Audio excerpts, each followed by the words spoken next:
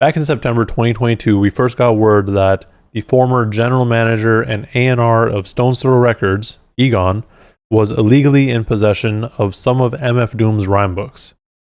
Fast forward to March 2023, and we have a little bit of an update in the form of screenshots of emails between Doom, his wife Jasmine, and Egon. These emails date back to 2016, with the first one having Doom ask Egon about the whereabouts of these notebooks.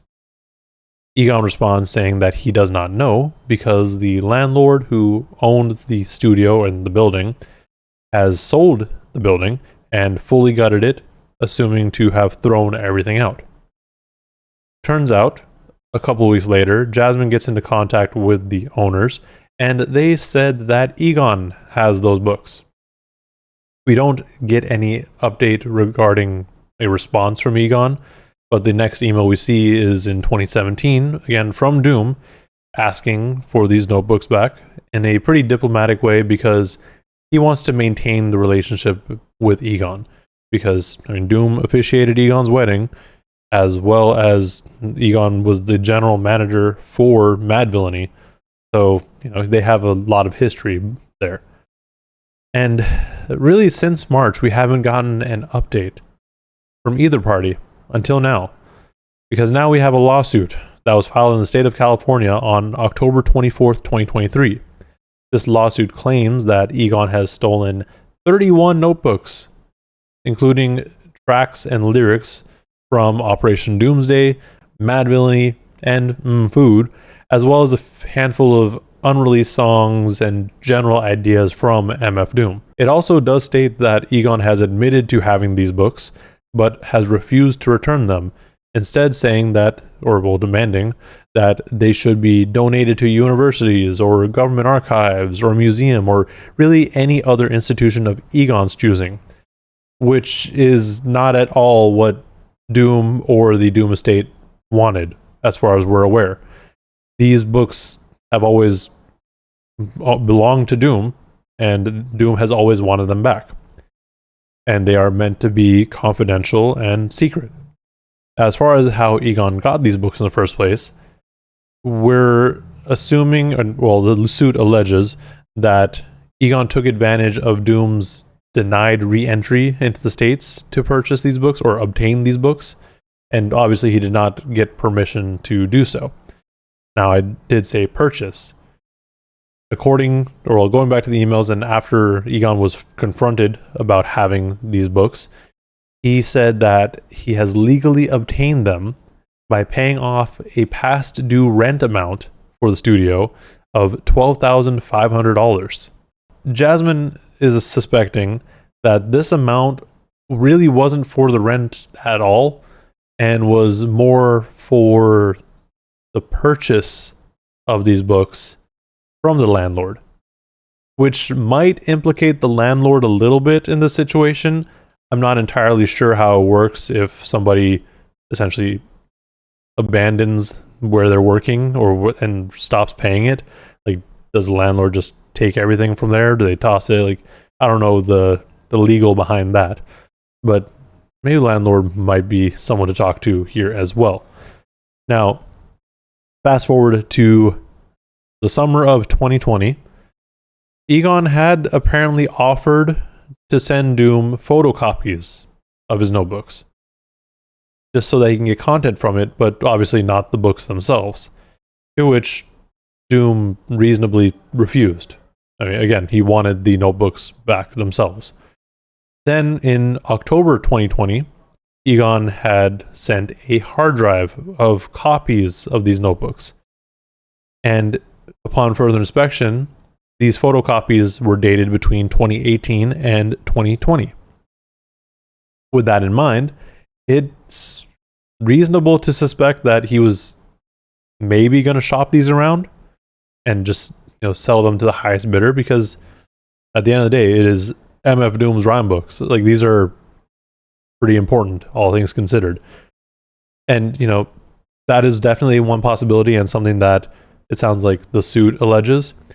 But it just to play both sides of it, it could very well just be that he was taking his time scanning everything Like he didn't know what to do with them until I guess 2018, and then slowly started scanning them with the intent of giving them to Doom, but didn't want to tell Doom until he was basically done with it.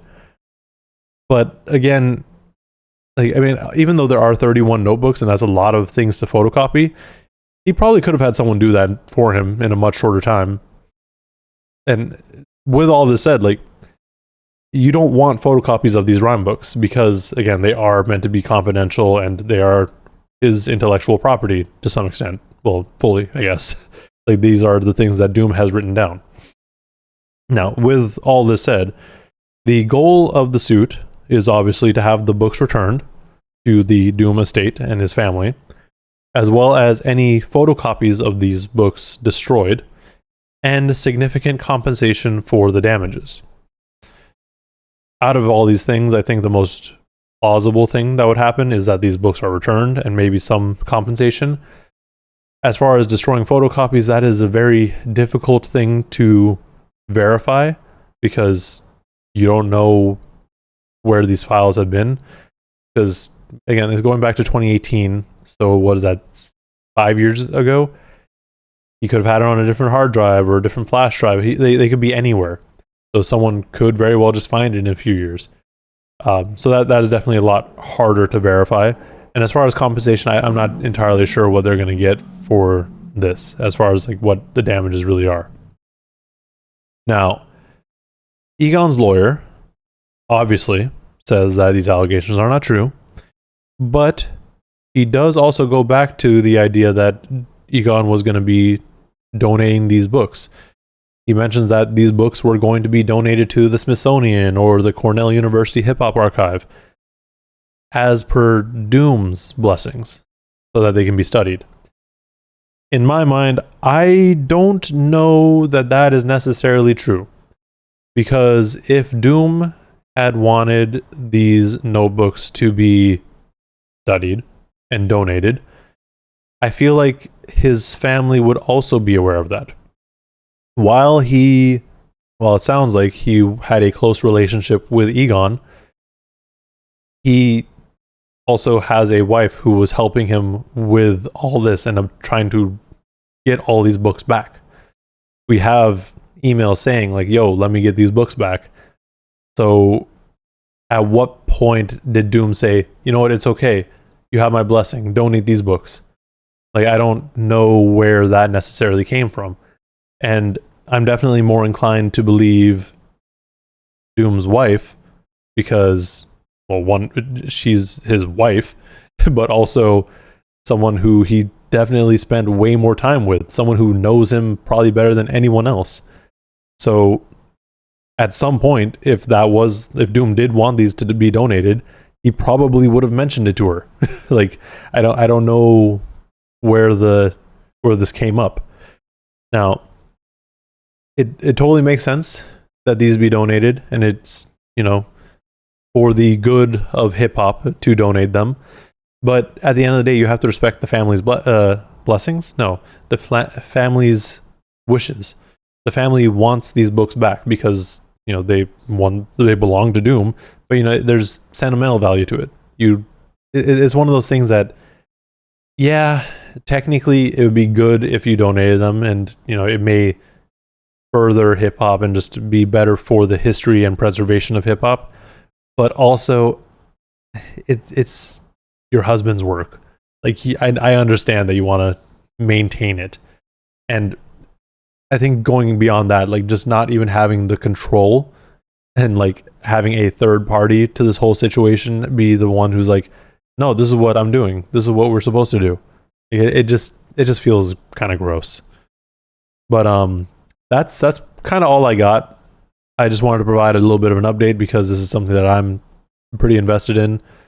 I've put out a few videos regarding this already, so whenever there's an update, I'm here. But let me know in the comments below what you think of this whole situation. And if you're able to find the actual lawsuit, definitely let me know, because I want to look through that a little bit closer, because all I've had was other articles to go off of. But yeah, while you're down there, if you're new here, like and subscribe to see more content like this. Thank you for watching, and please stay safe out there.